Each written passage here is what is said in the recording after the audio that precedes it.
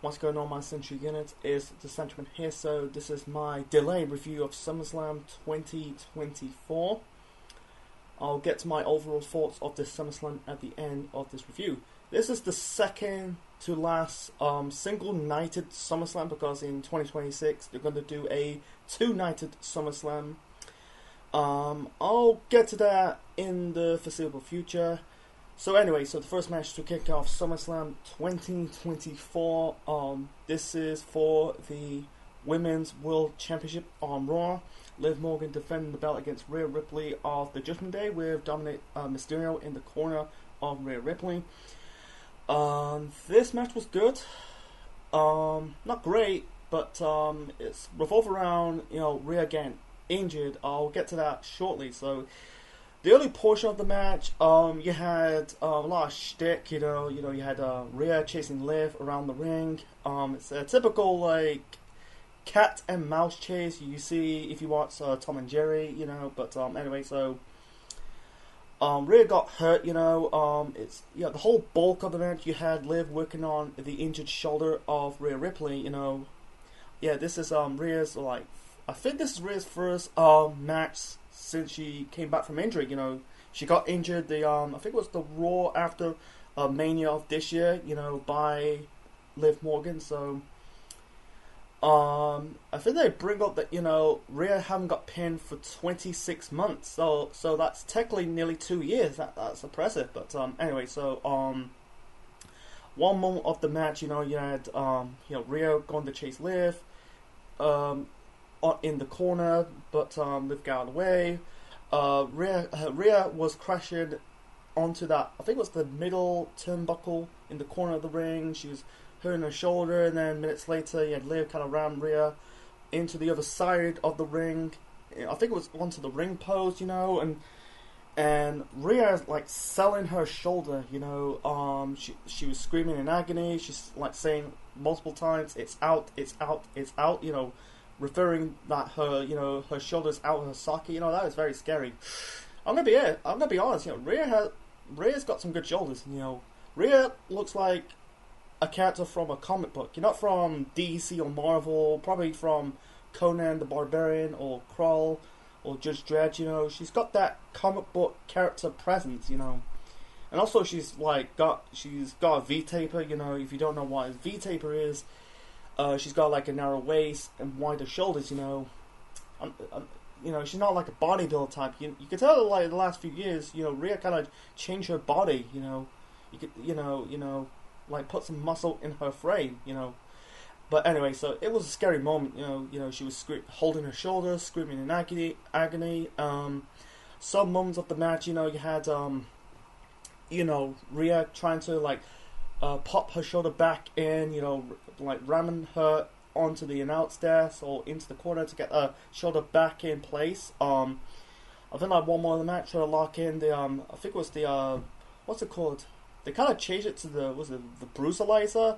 It's basically the Texas Cloverleaf, but she couldn't lock in the hold properly because her shoulder is still injured. I feel one more in the match, Liv kind of locking the cross arm breaker towards Rhea, but Rhea countered into a power slam or some kind of big slam. It's basically agility versus strength in this match. I don't know. I don't think there's any lack of chemistry between Rhea and Liv. I was crying out for this match for quite some time. Because the previous year, you had Rhea put Liv out on the shelf. Injured her shoulder. I'm guessing Liv is repaying that favor. This is revolved around Dominic. They're doing this storyline. You had Dominic and Liv, or kind of teasing off this relationship between Leah, not Leah. I keep calling him Leah. Liv and Dominic. This is when Rhea came back from injury. But yeah, they're doing this this love triangle storyline between Liv, Rhea, and Dominic. I think Liv hit the Oblivion. It's basically the DDT, but Rhea kicked out. And seeing Liv's reaction of that. I don't think Rhea I don't think Rhea hit the Riptide onto Liv. She did one more of the match. did like a riptide slam, but not the proper riptide finisher. You know, I think Liv keep counting the riptide attempt. You know, anyway, so one more of the match. You know, you had Dominic. You know, got involved. You know, you had you know, like Rio trying to hit Liv with the chair. Dominic snatched the chair away from Rio. Says you cannot win the title like that way. So I think he did it again. I'm not too sure. You know, snatching the chair away from Rio. I'm not 100% sure. So in the end, you know, you had Liv hit the second DDT onto Rio, onto the chair to win this match and obtain the Women's World Championship, the women's title on Raw, you know, and afterwards, you know, you had Dominic and Liv kiss. They're now technically boyfriend and girlfriend, even though Dominic's married in real life, you know. It's very funny, this storyline revolves around this love triangle between Liv Morgan, Rhea Ripley, and Dominic Mysterio, even though Dominic and Rhea are married, you know, in real life, not together but by different people.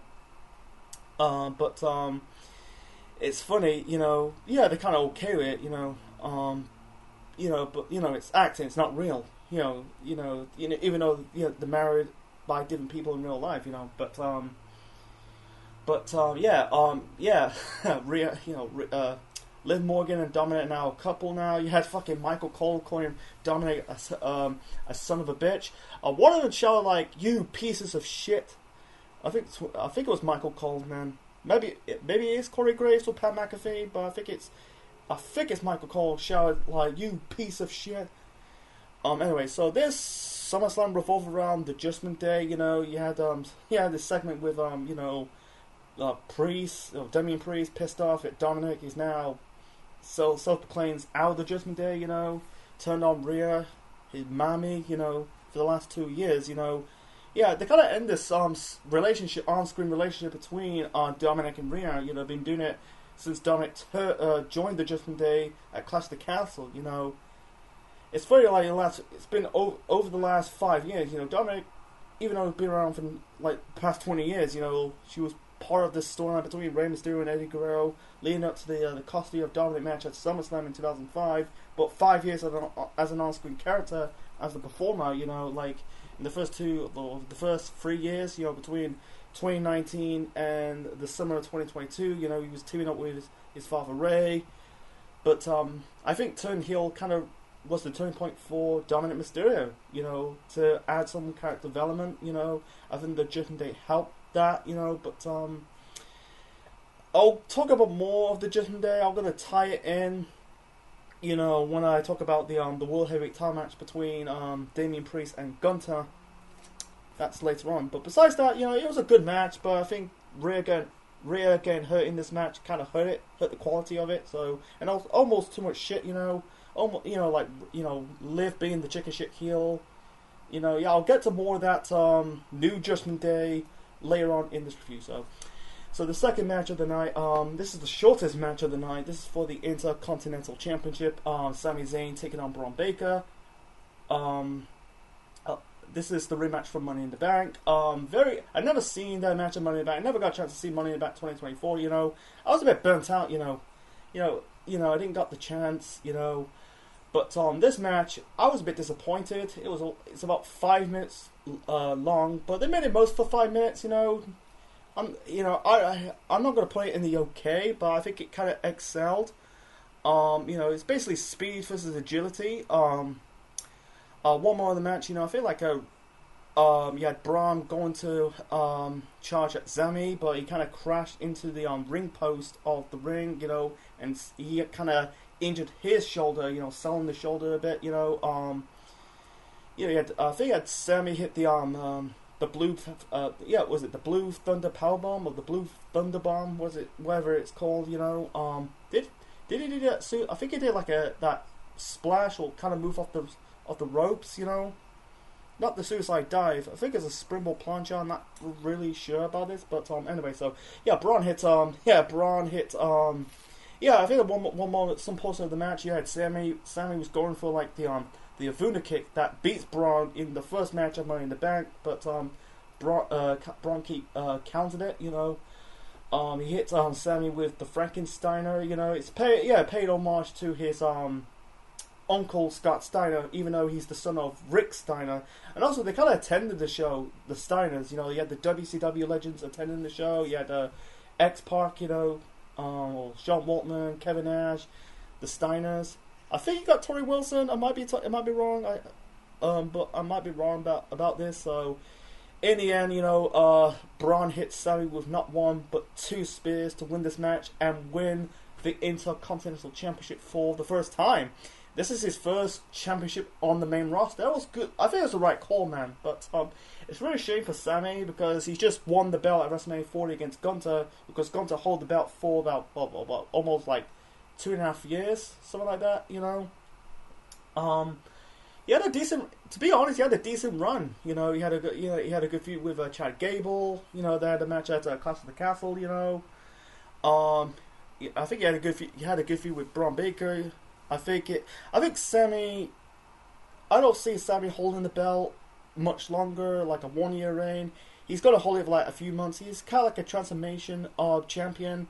He's not going to get the belt that long, but he had a decent run with the belt, you know. For Braun, I think he's younger. You know, Sammy's in his 40s. I think Braun's in his 20s, so I think he's about 27, 28. He's kind of young, you know, but yeah, I you know, I could see him doing a blow-off probably at Bash at Berlin, and then you need another babyface to challenge Braun.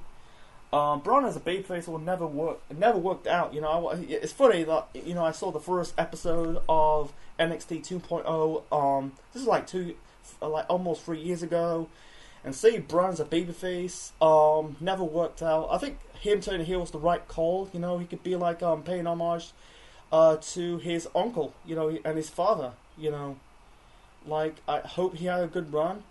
I hope he gets a good run. You know, I think he's really good. You know, he's kind of like this type of like hips. He's got that Buff Bagwell presence. You know, being this douchebag. You know, chicken shit heel muscle man. You know, it's basically Scott Steiner and Buff Bagwell having a baby. So anyway, let's move on to the next match. So the next match is for the United States Championship. You know, Logan Paul, the hometown hero, even though he's got fucking booed in his own town, defend the United States Championship against L.A. Knight with Machine Gun Kelly, MKG, Machine Gun Kelly. Almost called him Michelle. Yeah, Machine Gun Kelly. Despite the boos of the fans booing Logan Paul, he had a good, decent, fun match against L.A. Knight. Yeah, I think there was a brawl. You had I think like LA Knight kind of throw Logan Paul into the trolley of prime drinks. I think it was like orange flavor. I'm not too sure what the flavor is. It's in the orange bottle. I think LA Knight hit Logan Paul with I think it was a gut wrench neck breaker onto the announce table. Anyway, so, and also like he had Logan Paul do it mocking. He kind of mocked LA Knight's taunt, you know. He kind of hit LA Knight with a springboard plunger. That was sick, you know. Sometimes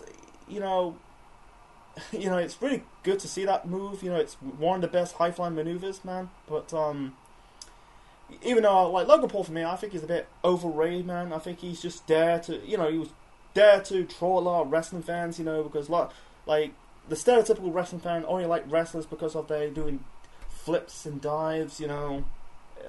He's just kind of like trolling that portion of the fan base. But besides that, in the end, you had I think you had Logan Paul, not Logan Paul, yeah, LA Knight, you know, attack. I think it like Logan Paul's entourage, you know. He didn't attack Michelle. Almost call him Michelle, but it's actually Machine Gun Kelly. I'll call him MKG.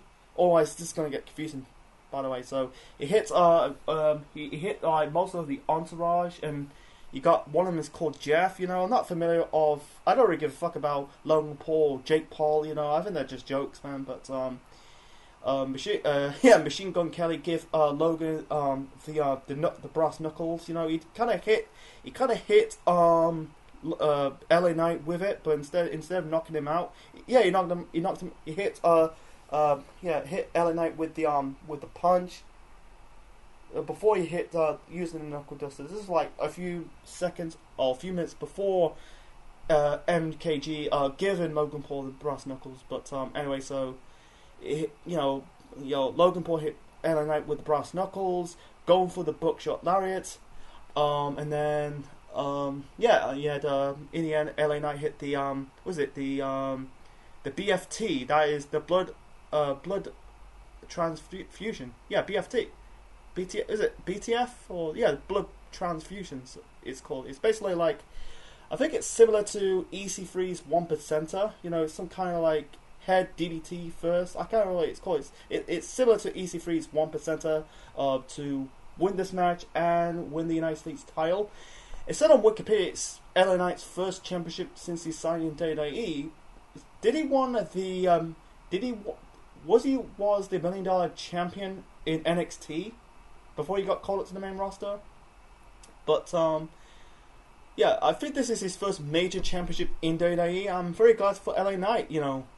It's just like with Logan Paul, he got hit by one BFT or BTF. What was it? The BTF, the blood transfusion is called for the win. I glad they didn't. I think it's the right call, man. I think Logan Paul's title run. I'm not a big fan of it. He beat Mysterio in, I think it was it Clash of the Castle? Not Clash of the Castle. Crown Jewel in Saudi Arabia in I think it was October or November of last year.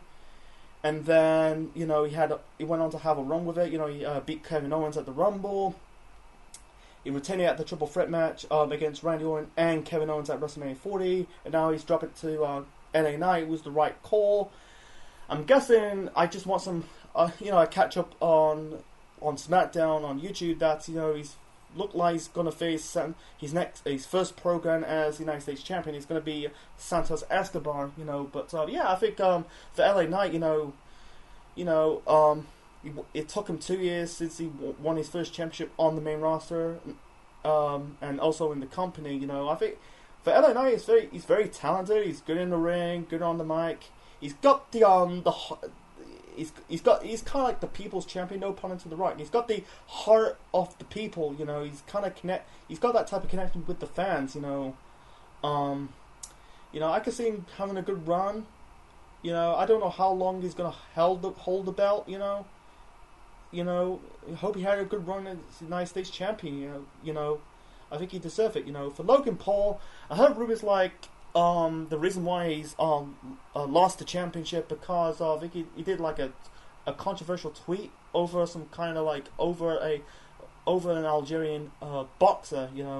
But I don't think he's going to get punished. I just want to see Logan Paul off my TV screens. I think I don't want to see him ever again, man. I think he's only the reason why he signed him because he's the poster boy of Prime. That's one of WWE's sponsors. But I don't want to see him. He could have one more match and then he'll be gone. But I don't know, man. He just doesn't have it. I think he's just overrated. He got a lot of "fuck you, Logan" chants. I don't want to get into. I think they just hate Logan Paul and Jake Paul, the Paul brothers, from the get-go. It's not just the whole stuff in Japan. I think they're just like that. They got some kind of negative attitude.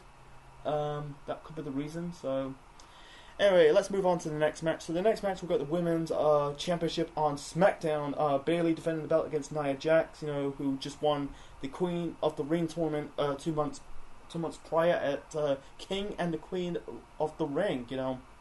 In Saudi Arabia. The match was. I think the match was fine. It was a fine match. I think this match between Bayley and Nia and the opener between Liv and Rhea underperformed at this SummerSlam. I'm not saying they're terrible matches.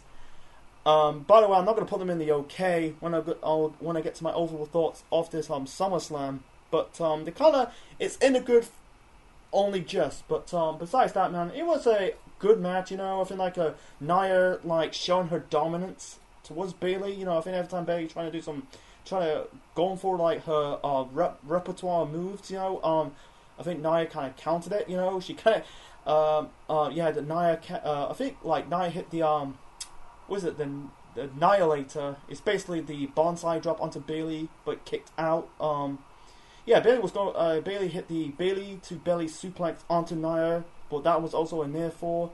I think she was going for the rose plant, but Nia countered it. You know. Anyway, so you had Tiffany Stratton, the women's Money in the Bank holder. You know. They kind of teasing like she's going to cash it in. I wish they did that, you know, to try to help it. I think it was better off benefit if they did a triple threat match, but unfortunately that's not the case. But anyway, so in the end, you know, you had I think you had one more of the match. You know, Bayley kind of managed to pick up Nia and hit her with a powerbomb. That was sick, you know. Even how I think Nia he's a big woman. She's kind of big, you know. I think she kind of lost some weight. I don't feel like Nia lost any weight. She's just the same person. She's kind of like the same person. I think she struggled to lose weight, you know, trying to be like slim and athletic, you know. She's just kind of like you know, she was a plus size model, you know.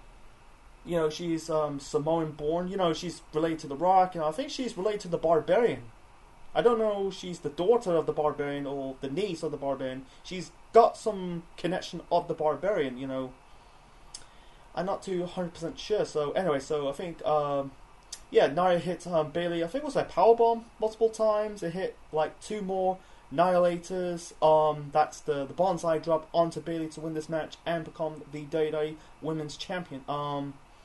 It's the first time she won the women's title since 2018. You know, she was the Raw Women's Champion back in 2018. You know, beat Alexa Bliss at Mania 34. She held the belt until I think it was at Money in the Bank of 2018 during her match against Ronda Rousey. You know, but they're giving Nia some good push. It's a head scratching decision to put the belt on Nia, or not just putting the belt on Nia, having Nia becoming the Queen of the Ring. I wish they scrapped that, man. You know, I think they're kind of overdoing doing Kings and Queen of the Ring tournaments and wrestlers doing the King and the Queen gimmicks. You know, they can't pull off what Booker T did in 2006. They just can't pull it off. I don't want to get into this video, but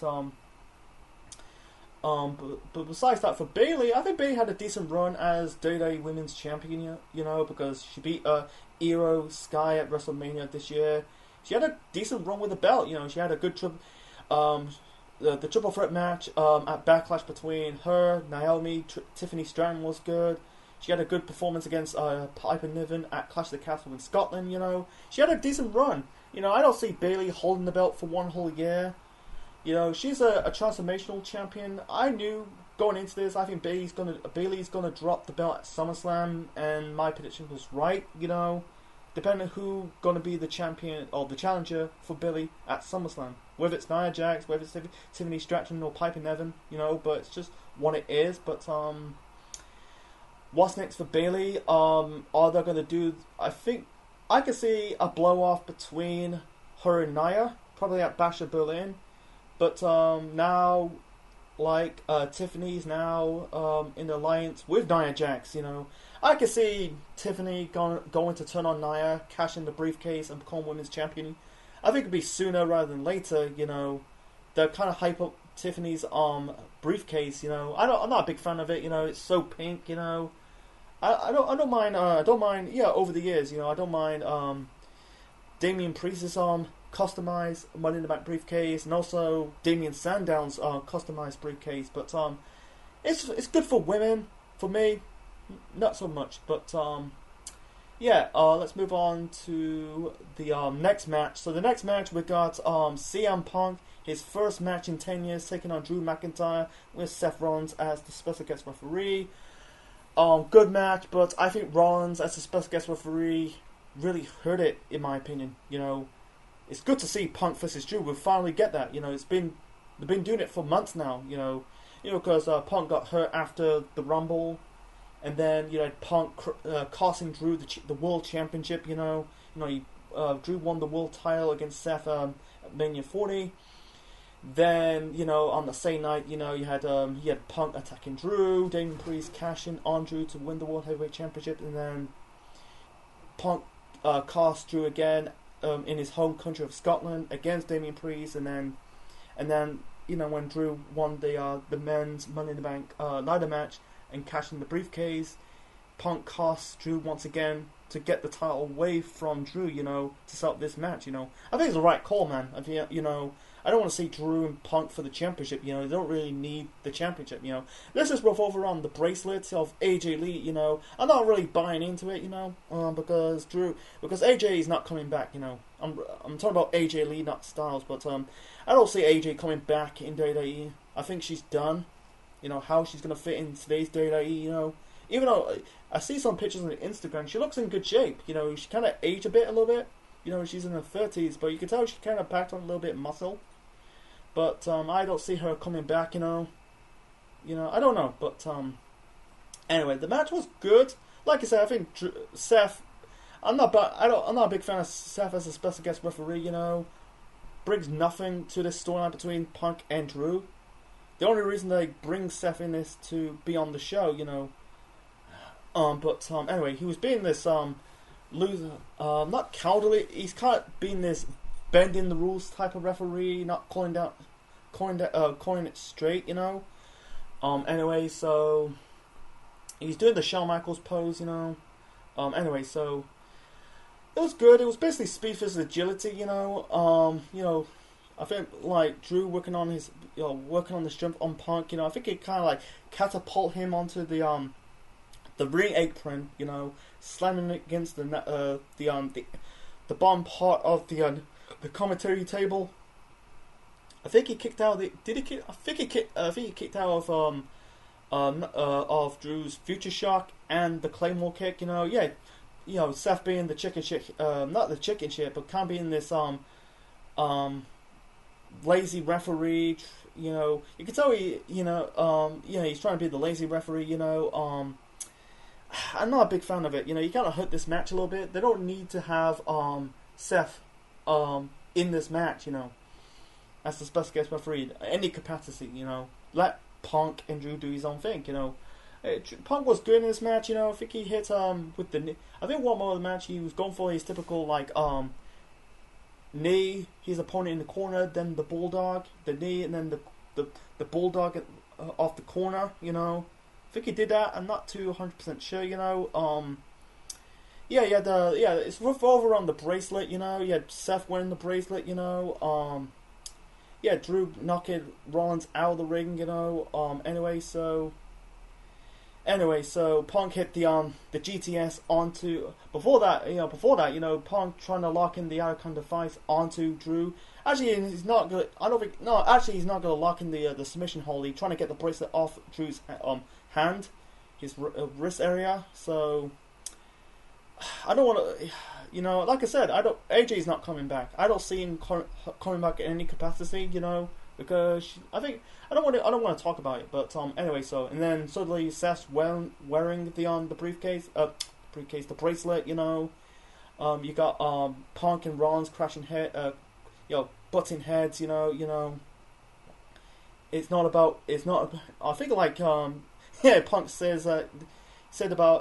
about I don't care about you, I don't care about your stupid Sabu pants. And also like one more before that, you know, like Drew was trying to hit Punk with the chair, but Rollins snatched the chair away from Drew's hands, snatched the chair off Drew's hands, you know.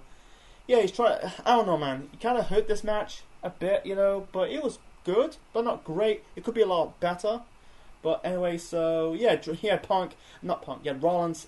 Seth says, you know, it's not just, but we don't want you. I told you, I don't want you. This is not about me. He called him an asshole, and then Punk hit Rollins with the GTS. You know, in the end, Drew hit Punk with the low blow, hit with the second Claymore kick for the win. I had a head scratching mixed signals having Punk. Drew being Punk, you know. I want to see Punk beating Drew because this is Punk's first match in 10 years, you know. They say this is the same city that he did the walkout referring to his last match in the company was the Royal Rumble in 2014. Anyway, but looking back, I think this is not the end between Drew and Punk, because I think there was speculation before Punk was getting hurt. Before he got hurt, I think the original plans it was supposed to be, I think it was supposed to be Punk versus Seth, at WrestleMania. I don't know. I think with there's some bad blood between Seth Rollins and CM Punk. That this interaction is. I think it's going back to the interaction they have in 2012, when Seth just was the first NXT champion and Punk was the WWE champion back then. I don't know. I don't want to get into it. I don't know why, but I think they are still going to do this match down the road between CM Punk and Seth Rollins. That could be a dream match. That could be a dream match. I think there's a dream match down the road. But I heard rumors right now. Rollins is injured again, so we won't see Rollins again until next year. Maybe might be back for the Rumble, and maybe I could see it could be WrestleMania next year or SummerSlam next year. So I think they are going to do this match down the road. But I think this rivalry between Punk versus Drew, I think it's still continuing. There's rumors that they're going to bring back Bad Blood. I think that'll be good. But I don't see AJ Lee making any appearance. I think they don't need that. It's makes no sense. It's not like AJ is going to turn on Punk to be aligned himself with Drew. But even though Drew's married in real life, she brings nothing to the storyline, But I think they continue this rivalry probably at Bash of Berlin, and probably I think they are going to do Bad Blood maybe in September or October, because I don't know, man. I think it's maybe September. They are planning to do a Bad Blood pay-per-view. It's the first time they did that in nearly 20. It's been almost 20 years. They're trying to put. They're planning to do that in 2017, but they kind of scrapped it with Great Balls of Fire. That's another story for another time. But besides that, man, it was a good match. I wish it could be a lot better if they didn't have Seth Rollins in this match. So anyway, the next match, this is for the World Heavyweight Championship. Damian Priest, the leader of the Judgment Day, defending the belt against Gunther of Imperium. At this moment in time, Imperium's no more, because it's just Gunther and Ludwig Kaiser. They kicked Giovanni Vinci because he's just now going on. He's now drafted to SmackDown. Imperium's no more, man. Unless they're gonna, I don't know. I don't want to get into it. So the match between Priest versus Gunther. This was a really good match. This was physical, fucking physical. It was chops and kicks. With Priest doing the kicks. The roundhouse kicks. With Gunther with the chops. I think he did the chops, but on his. Priest did the chops on Gunther, on his own chops on Gunther. Gunther had blood around his chest, man. Oh my god, it was physical. It's a slobber knocker fight. Not a instant classic, but it was a really good match. I think he kicked. Gunther kicked out of the South to Heaven chokeslam. You had Finn Balor came in the corner of Damian Priest. You had Finn turning on Damian Priest. Before that, you had Gunther locked. I think he locked in the he turned on. He locked in the sleeper hold, but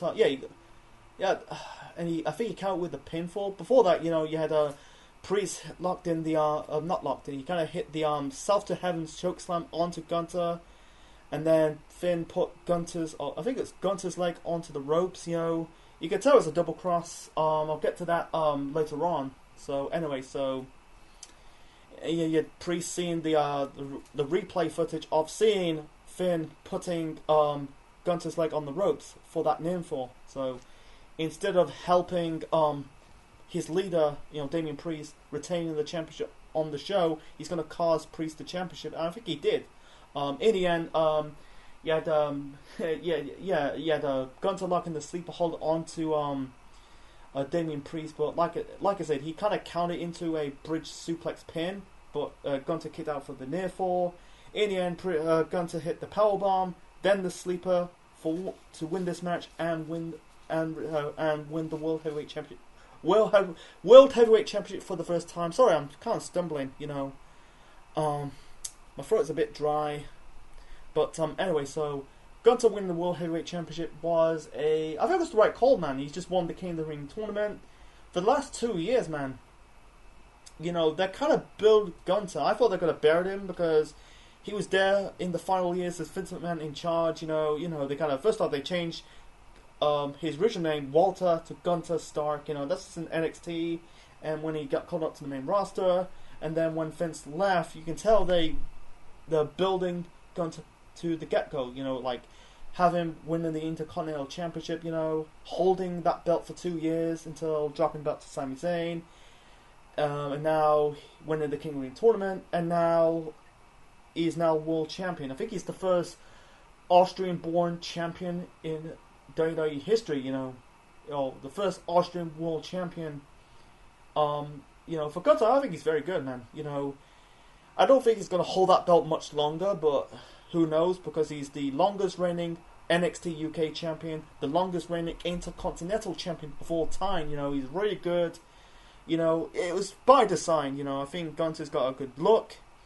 You know, he's got. You know, I don't talk about his physique. You know, he kind of slimmed down, but he's got a good presence, a good presentation. He's got a good look. You know, to carry this brand. You know, I think his first programming as the world champion was against Randy Orton. You know, I'm not a big fan of this. You know, I would rather they just continue this. I wish they'd just do a rematch down the road between. I think they're going to do a rematch between Priest and Gunther for the championship. But anyway, so yeah, you could tell Priest turned babyface. I think they were teasing it for months now. I think Priest, he's done everything he could. I know they just recently done a documentary of Priest's career. You know, he's as a homeless. You know, I think he was homeless, sleeping in his car to his run in ROH. You know, but he kind of reached the top. You know, yeah. For Priest, he had a good decent run as World Heavyweight Champion. You know, he had a good match against Jimmy Uso. He had a good match against Drew McIntyre. I think I didn't see the Seth Rollins match. You know, he had a decent run as World Champion. Yeah, I never see Priest holding the belt that longer. I could see him holding the belt until SummerSlam. I think he's just a transformational champion, you know.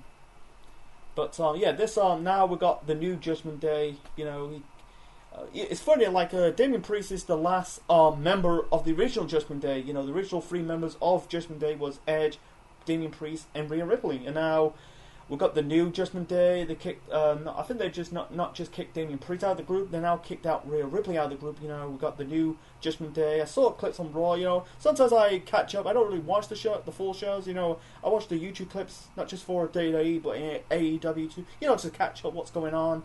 And now the new Judgment Day. And now we got JD Madonna, Finn Balor, Dominic Mysterio, Liv Morgan, and this and Carlito. You know.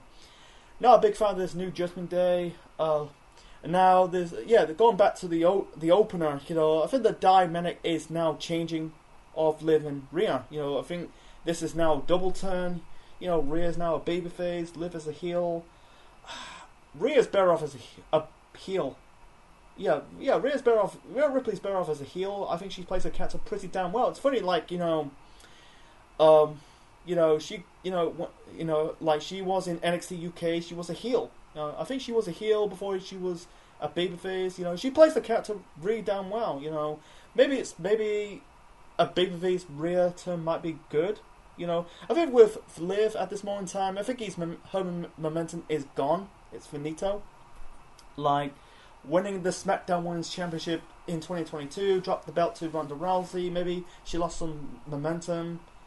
And I think, yeah, it's funny, like, we haven't saw a heel Liv Morgan since her run in the Riot Squad when she came up to the main roster, you know. It's funny, like, Liv is the last member of the Riot Squad because Ruby's gone.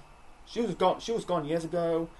I think that they just re-signed Sarah Logan. Yeah, they kind of repackaged her as Valhalla or Valkyrie, part of the Viking Raiders, you know. I don't know if she's got now released once again, you know.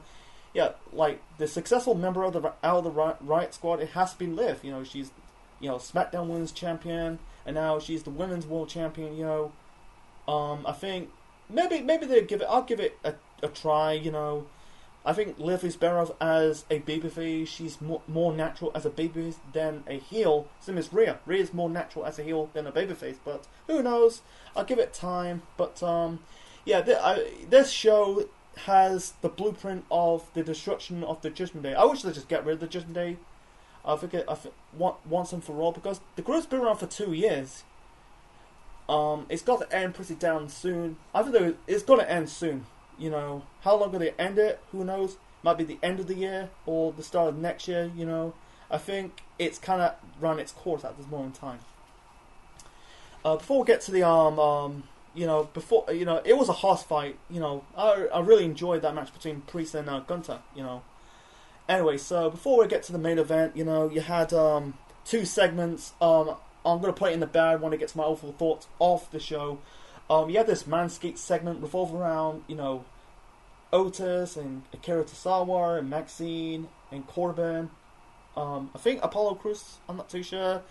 They're kind of promoting this raise of a Manscaped, and you had Otis like shaving his stomach. Oh my god, I'm not a big fan of Otis, man. He's just like,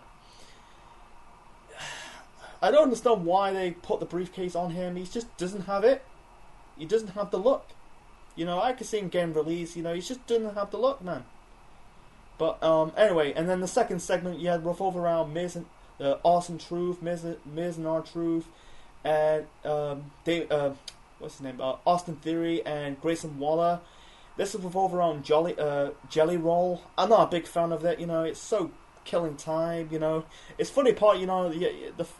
It's kind of like the awkward and funny moment of this segment. You had Truth calling Theory, really comparing Theory and Waller to the Rock and Roll Express. That's kind of funny. R-Truth's funny.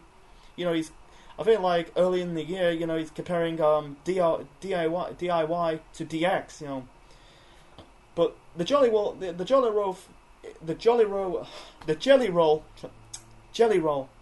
Sorry, I'm getting my words mixed up. So the Jelly Roll segment was kind of killing. It didn't do nothing for me. It didn't serve any purpose. It's kind of fun.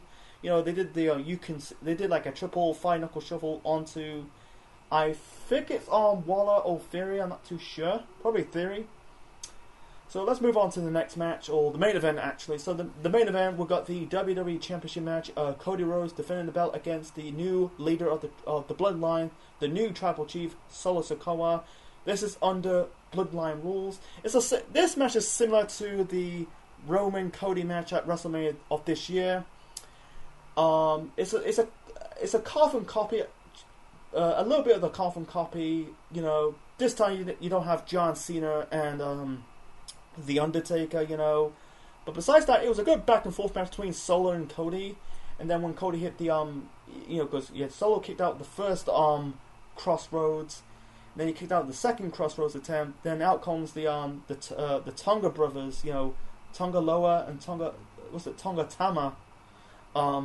Sorry, I butchered that dude's name, but attacking Cody, helping Solo, his cousin, to help him win the match. Out comes Kevin Owens and Randy Orton. Chase out the Tonga brothers. And that's the last time we see Orton on SmackDown. Now he's on Raw. He's going to challenge Gunther for the World Heavyweight Championship. I'll do my predictions for Bash of Berlin in a couple of weeks' time. But anyway, so it was I call it match of the night. That's for me. Everyone will have a title of opinions. It's a good, really match of the night for me between Cody and Solo. Despite this match is so overbooked, And then the outcomes, Jacob Fatu. I'm glad it's a work. I'm glad it was a work, because he kind of put Cody through the announce table, and he kind of selling his ankle. It looks like his ankle is shattered. He's trying to struggle to get up. I'm glad it was a short term. I'm glad it was a work. I'm glad he's so fine. I just saw a clip. He's just fine. He's fine. I'm glad hope he's not out for a very long time. But anyway, so we've got the return of Roman Reigns, the original Tribal Chief. He came out with it was the upbeat version of his current theme. I don't mind it. It's fine. you know, he's not going back to the whole Shield theme. That's kind of like so outdone. It's been overdone, man. You know, it's just basically, if they tend to do that, it's just typical WWE going back to the past. But anyway, so Roman came out, hit Solo with the spear. I think Cody hit another crossroads, you know, for the win. I'm not too sure. It's been 2 days since I watched the show, so seeing Roman coming back, you know, the fans cheering for Roman, I think it's the right choice. We're getting a solid Roman Reigns babyface run. I think he done what he could as the babyface. It's funny, like for the last 4 years, he's been a heel for the last 4 years. You know, he returned at SummerSlam of 2020 after Bray's match against Braun Strowman. He won the title the following month, the following pay-per-view a couple weeks later at Payback. You know, kicked off his lengthy run as champion, and now he's now the babyface. You know, he's now in this program with the Bloodline. This is lead. I knew this is going to happen. It's by design. Ever since in the springtime, you know, when Solo introduced, you know, the Tonga brothers, you know, Tama Tonga and Tama Lawa. You know, this is set up Bloodline Civil War 2.0. I could see this match at Survivor Series, probably a War Games match. You know, I think it could be, you know, Roman reunite with the Usos, with Kevin Owens to team up against the new Bloodline, you know. I think they're gonna do. I think this is going to lead up to Cody and Roman 3, probably at next year's WrestleMania. We don't know, man. I think this is leading up to probably another War Games match at Survivor Series of this year, you know. And I'm on board of that, you know. But I feel like Roman got that really good reaction, you know. I think I want to do a video on Roman Reigns' run, his current run in WWE. You know, it's a lot to cover, you know. But seeing Roman coming back, you know, he's gonna view with the Bloodline. Is it gonna overshadow Cody's title run? Don't know. You know, I could see a triple threat match down the road. You know, Cody, Solo, and Roman. I don't know what pay-per-view, but you know, I knew Cody's going to retain the belt on the show. You know, like a lot of people, including me, I think he's going to. On one hand, he's going to drop the belt at SummerSlam, but I think they want to have him hold the belt until next year's WrestleMania. I think that'll be the right way. Give Cody that 1 year run, and that's it. You know, because I don't think he'll get that same run as Roman had for 3.5 years. But it's just what it is, man. Solo, you know, his first world title match, he did well. He did well in this match, you know. Have him chasing, having not winning the belt was the right call. You know, if he won the belt on the show, it was too soon for him. You know, he's been in the company for like 3 years. He's been on the main roster for almost 2 years. You know, I think he's the first guy. I think Cody's the first guy to pin him. I might be wrong about this. You know, they kind of give him this unbeaten run. You know, they're building up Solo. You know, there's big plans for him. I can see him being a world champion in the foreseeable future, but not right now. But I can't wait for the rest of 2024. You know, this is leading up to a Bloodline Civil War Part 2. You know, down the road, probably at Survivor Series. Are they going to do another War Games match? Like I said, we don't know. You know, we've got the whole of the rest of 2024 and 2020. My overall rating of SummerSlam 2024 is an 8.5 out of 10. Back and forth between giving it a solid 7 or a solid 8 out of 10. This was a really fun SummerSlam. Nothing in the okay. Two things I put in the bad. Those two crappy segments, you know, the Manscaped segment revolved around Otis, and the live action segment revolved around Miz, Truth, Waller, Theory, Jelly Roll. It's what it is. But the matches were good, but not great. There will never be like a SummerSlam 02, but it was a fun show. It's funny that I think it's the first SummerSlam in years that we had 4 title changes. We had the new Intercontinental, United States Champion, Women's Champion on SmackDown, and World Heavyweight Champion. You know, 4 title changes made it good. Roman's return was the cherry on top, you know. Can't give it higher for this show, but I think 8.5 out of 10. I think it's fair. It's a fair result. I'm looking forward for Bash of Berlin. That will be in 2 weeks' time, so I can't wait for that. On second thought, I'm going to change the score. I'm going to give this show a 8 out of 10. Still a good show. So, what is your thoughts on SummerSlam 2024? Do you like the show, or hate it, or don't mind the show, or do not care?